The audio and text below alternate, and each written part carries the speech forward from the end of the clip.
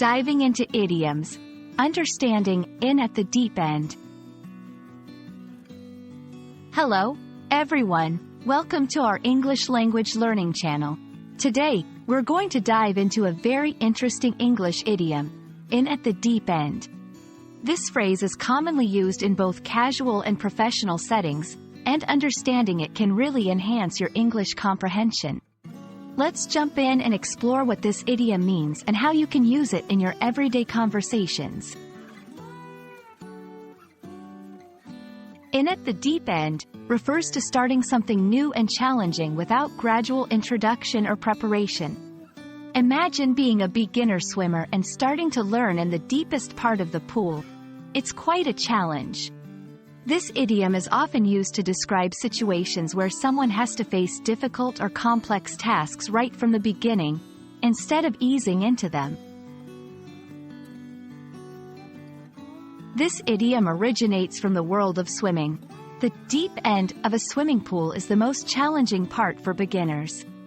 So, when someone is said to be in at the deep end, it's like they are in a situation that is more challenging than what they are prepared for.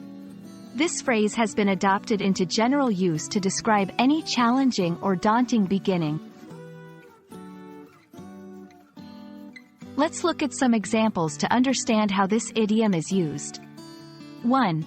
As soon as I started my new job, I was thrown in at the deep end, having to manage a big project on my first day.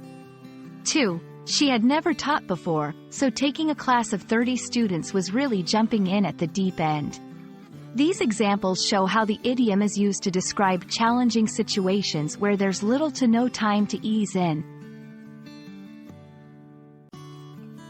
There are a few variations of this idiom that you might come across, such as thrown in at the deep end or jumping in at the deep end. All these variations carry the same meaning and can be used interchangeably.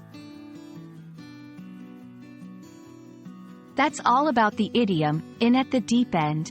We hope this explanation helps you understand and use this phrase confidently in your conversations. Remember, learning idioms is a great way to enrich your English vocabulary and sound more like a native speaker. If you found this video helpful, don't forget to like and subscribe for more. See you in our next lesson.